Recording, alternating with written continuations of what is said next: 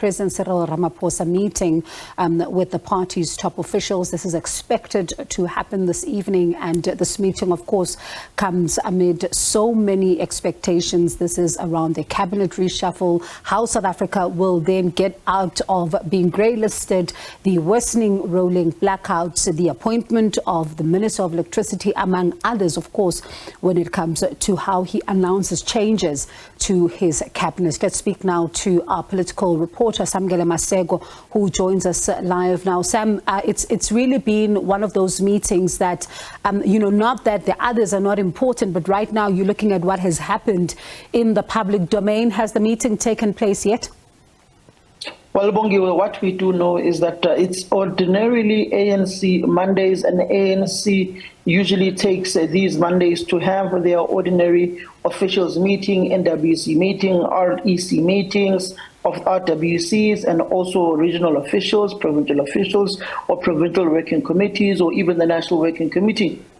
of the ANC. But this time around, it's a normal ANC officials meeting of the top 7, where they will be deliberating upon the state of affairs within the country. They will also get a brief from the President of the African National Congress and President of the country, Cyril Ramaphosa, on the pending cabinet reshuffle that is meant to take place. As you do know, there is a state visit from the Ugandan president tomorrow at the Union Building. So the cabinet reshuffle today, tomorrow, is definitely out, and it will take place after these important meetings have concluded during the course of this week. We also do know that one of the things that is stalling the cabinet reshuffle is the issue of swearing in of Enoch Godongwana as a member of parliament, as that would open up space for the president to use what he is enshrined by the Constitution of the Republic, that he can appoint up to 3 individuals whom are non-members of parliament into the executive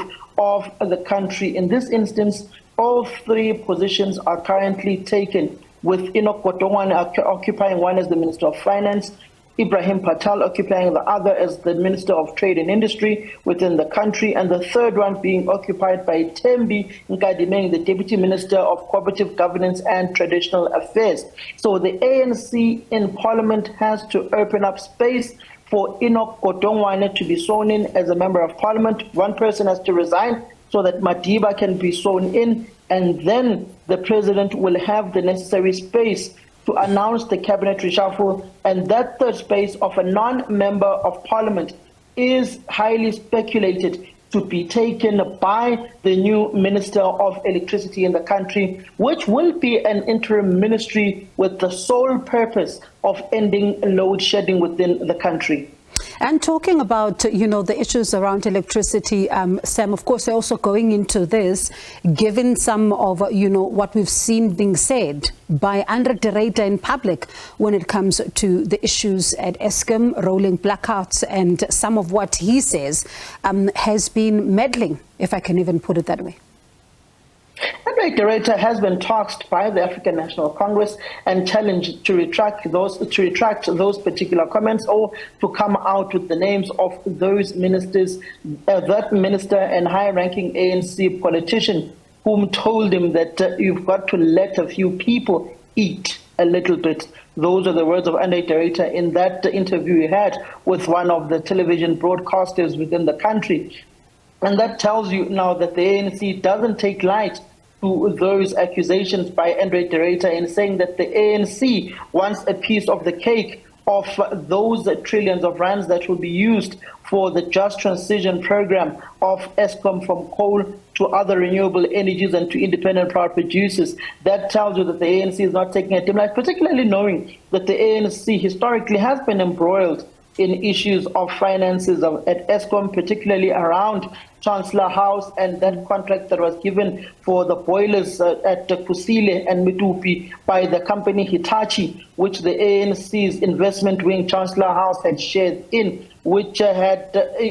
architectural defects and which the ANC indirectly or directly benefited from. And this time around, with the power utility going through a very strenuous process, being pretty much a dark hole that can single-handedly destroy South Africa's economic outlook, it looks set like the ANC is not taking light to being singled out by Andre de Ruyter as wanting to use the power utility as an eating trough for an organization that is going through financial challenges. So Andre de Ruyter is not only being challenged by the African National Congress, but is also being individually challenged by the likes of the Minister of Public Enterprises, Pravin Gordhan, and also being challenged by the Minister of Mineral Resources and Energy within the country, that is Gwede Samson Mantashe, whom at some point was accused by Eskom's Andre de Ruyter of saying that he is an askari, he is an agent provocateur who is against Eskom, because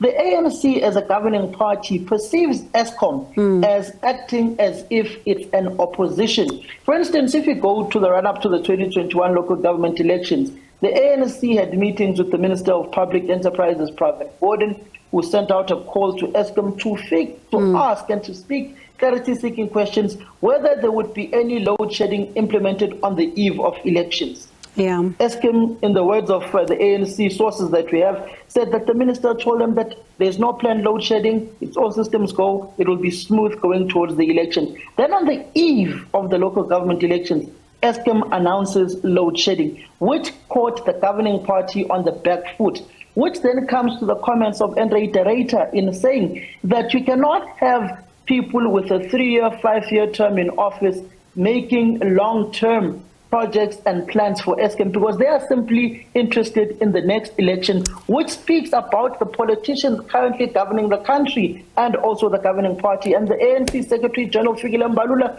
blatantly saying that Andre de Ruyter has simply failed in his mandate and that he has rolled out stage 5, stage 6 on a more regular basis of load shedding than any other executive at the power utility, saying that he simply failed in the business that he was employed to do.